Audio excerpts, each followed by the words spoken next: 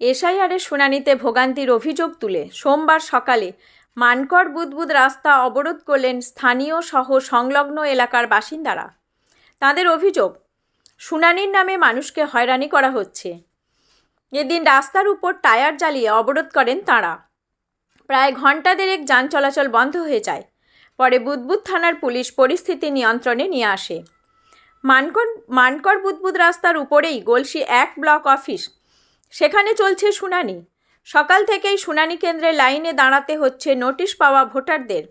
কিন্তু সোমবার সকালে ক্ষোভে ফেটে পড়েন শুনানি কেন্দ্রে উপস্থিত হওয়া ভোটাররা। দলীয় পতাকা ছাড়াই তৃণমূল নেতারা বিক্ষোভে নামেন। উপস্থিত ছিলেন বুদবুদ পঞ্চায়েতের উপপ্রধান রুদ্রপ্রসাদ কুণ্ডু। তিনি বলেন, অমিত শাহের উস্কানিতে নির্বাচন কমিশন সাধারণ মানুষকে হয়রানি করছে। গরিব মানুষ যারা 200 থেকে 300 টাকার বিনিময়ে প্রতিদিন কাজ করে তাদেরও ডাকা হচ্ছে। যারা রোগী বা বিছানায় শয্যাশায়ী তাদেরও ডাকা হচ্ছে। এদিন মানকড় বুদবুদ রাস্তা অবরোধের ফলে ব্যাপক যানজটের পরিস্থিতি তৈরি হয়। ঘটনাস্থলে গিয়ে বুদবুদ থানার পুলিশ পরিস্থিতি নিয়ন্ত্রণে নিয়ে আসে। মানকড় থেকে নিজস্ব প্রতিনিধি রিপোর্ট, সুখবর টিভি। আরো বড় বড় টায়ার দিতে হবে।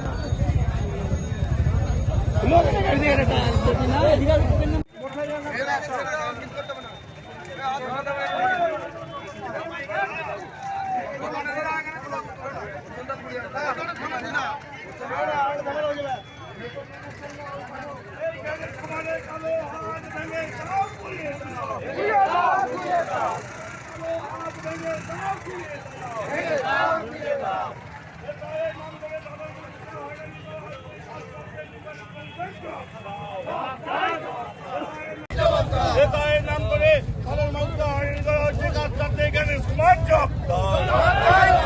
সব তোমায় দিতে হবে, সব তোমায় দিতে হবে।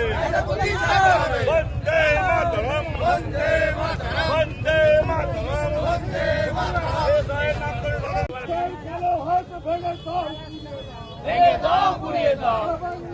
হ্যালো, বন্দে মাতরম, বন্দে মাতরম, বন্দে মাতরম।